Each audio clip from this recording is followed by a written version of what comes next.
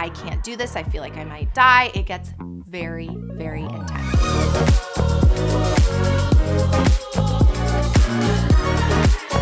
Hey everyone, my name is Sarah Lavonne and welcome back to my YouTube channel. I am here today to explain the stages of labor. This is one of the most highly Googled things.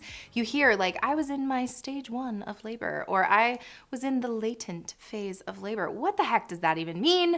What does it look like? And so I'm gonna break it down for you, explain everything about each stage. Not quite. I'm not gonna give you everything because that would take a very long time. In fact, I do all of that in the bundle birth class. So if you're looking for a more comprehensive explanation, literally breaking down what you can do, what it looks like, what contractions are like, what are your behaviors, how long does it take, all of that is in my bundle birth class. And I also do sell for only the very small price of 99 cents. You can get my stages of labor cheat sheet, which I will also link down below. It's just a simple PDF download to remind you of all the things. When we break down stages of labor, there are really 4 stages of labor that people call it, or stages of birth.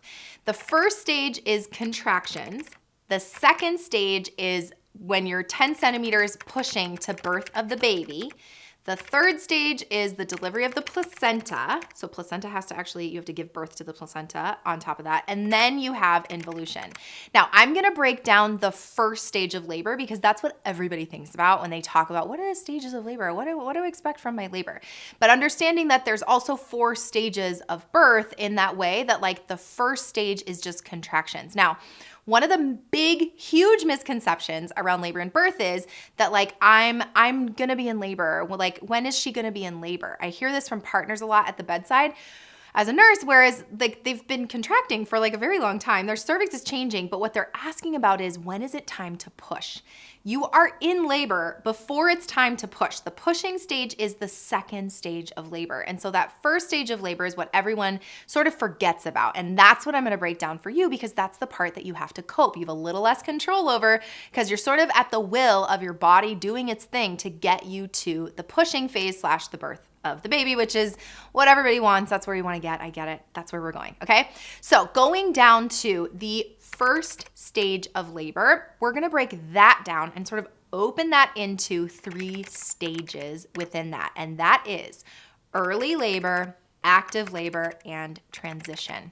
Early labor, by definition, is when your cervix is 0 to 6 centimeters. Now, a little like less than 6 centimeters, I suppose, because once you hit 6, you're in the next phase of labor. But anything less than 6 centimeters is considered early labor. Now, the key with labor is, you've heard this before, you'll learn this in my class, that labor by definition is when your cervix changes with contractions. If you don't know what your cervix is, you don't know what I'm talking about, there's lots of videos for that, and I teach all of this in my class.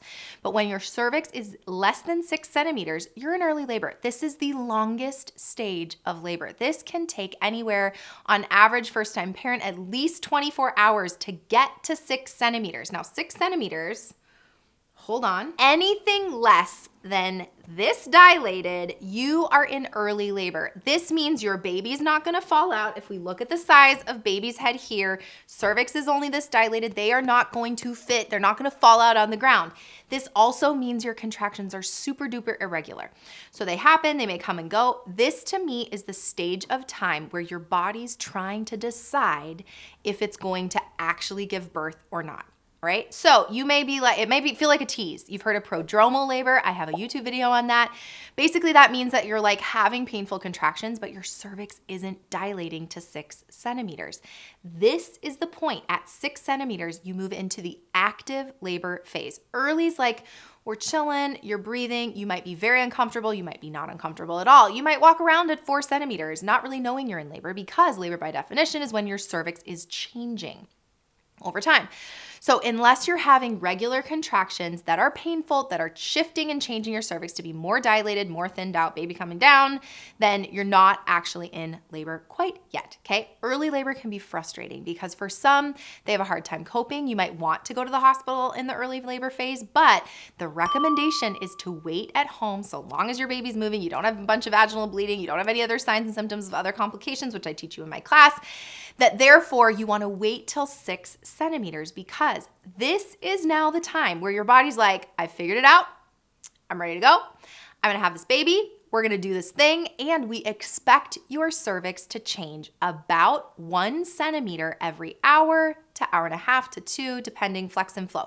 Every time they recheck your cervix, which is a vaginal exam, we expect your cervix to be a little more dilated, moving towards birth if birth is over here, okay? So we get to 6 centimeters. This means like, let's do it, right? The goal is that you're at home in your own environment, in a place where you can downregulate your nervous system, you can get your hormones working, you can get off and away, so that by the time your body decides, yes, I'm in labor, let's do it, it's really made that decision and there's less that can get in the way to slow labor down and or it could stall out. By arriving to the hospital in active labor, you are decreasing your chance of a C-section and you're decreasing your chance of other medical interventions that you could otherwise avoid, potentially Pitocin, potentially other things, okay? Again, this is like a long class that I teach, and I'll link it down below. I'd love for you to take it, but this is the basic overview. All right, now you get to 6 centimeters, 6 to 8 centimeters up till 8 is active labor. This is when things get real. This is when things are really intense. You are no longer laughing, likely, maybe between contractions barely, but you are in labor land. You are fully coping. You are off and away. You're using all your tools. You might, hopefully, potentially you're in the hospital at this point and you might be requesting an epidural at this point and wanting that epidural and getting that show on the road, right? Things are much more intense. Things look very different. Now, from 8 to 10 centimeters, 10 centimeters just means there is nothing blocking this baby. It's just vagina and pelvis and all of the surrounding tissues that are sort of holding things in place that just need to stretch in order for the baby to come down. And remember, the cervix is inside, so it's like all the way up here. If my vagina hole's down here, you still have a ways to go once the cervix is fully moved out of the way, right? And that can happen pretty quickly, that can happen pretty slowly, flex and flow. It depends, okay? But once I hit 8 centimeters, that becomes transition. So transition is from 8 to 10 centimeters / pushing. And what that means is that this is for sure, without an epidural, the most intense time of your labor. It's also the shortest, thank God. But that's the time where things look real primal. They look pretty loud, potentially, maybe not, that people start to doubt themselves. They may have some shakes, some anxiety. I can't do this. I feel like I might die. It gets very, very intense. Now, if you have an epidural, I would expect you to be like, oh, what's happening? That's sort of how it looks. And then eventually you might still feel some pressure in your butt. You might feel like you need to poop. As the baby comes down, eventually that poop sensation becomes more constant. Some identify it in their butt, some identify it actually in their vagina. Flex and flow doesn't really matter. Point being that is, without an epidural, the most intense phase, but it also goes pretty quickly so long as you can kind of surrender to the contractions and everything's aligned perfectly inside of you. And then we hit the second stage of labor. Second stage of labor means now it's time to push. So you are ready to push. There's nothing blocking the way, and this is where you finally have that control. You can give into those sensations. Pushing can last anywhere from minutes to hours, 4, 5, 6. The longest I've pushed with a client is 9 hours with a little bit of a nap in there. Way too long. That is abnormal. She did end up with a vaginal birth out of it, but holy moly, it was not without like the most exhausted recovery possible because she was pushing for so long, okay? So hopefully you're not pushing for that long. The average first-time parent, about an hour, maybe 2 with an epidural. Flex and flow on that one, okay? So you expect to push for a while and then you give birth to your baby skin to skin. Once that happens, you are waiting for the delivery of the placenta. That usually happens within 30 minutes. That you're chilling, you may know like something happens, you may like little rub, little squiggle, placenta's out, it's done, it's over. You're now in the 4th stage of labor, which is involution, your uterus going back to pre-pregnant size, AKA the postpartum recovery period. As a quick recap, the first stage of labor is really those contractions. It's split into early labor, active labor, transition. You get into the second stage, that is pushing and the birth of the baby. Third stage is delivery of the placenta, and then 4th stage is involution or postpartum, your uterus going back to pre-pregnant size and or your recovery. So now that we all speak the same language, you can understand what stage you're in, and each one of those stages brings new challenges, new things to learn about yourself, your baby, your partner, and I teach all of that for you in the bundle birth class. I will link it down below. That is my comprehensive gift to you that is like really helping you prepare for the hospital birth experience, helping break down down each of those stages, what you can control, what you can't, what you can expect along the way, along with navigating the hospital system, helping your partner know how to support you, et cetera, et cetera. Check that out in the description box down below.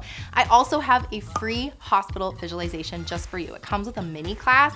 So I teach you all about the science of visualization, and then you get to try it for yourself if you want more. There's a full deck of visualizations for you. I also have coping with labor, VBAC, newborn skills, safety, and CPR classes available over at bundlebirth.com. Make sure you like, share this video with a friend, subscribe down below, and then comment what your favorite takeaway was, an aha you had, or anything else you want to tell me. I look at all of your comments. Thank you for being here. Thank you for flexing and flowing with me. And until next time, don't forget to do that, okay? Just flex and flow along the way as you move through the stages of labor into your snuggle time in the postpartum period with your babies. We'll see you next time. Bye. I'm losing my mind is what it is. Sarah Uncensored. Sorry, I forgot that other people see this. Early labor, 4 stages. What am I talking about? What am I talking about? I know what I'm talking about. I'm smart.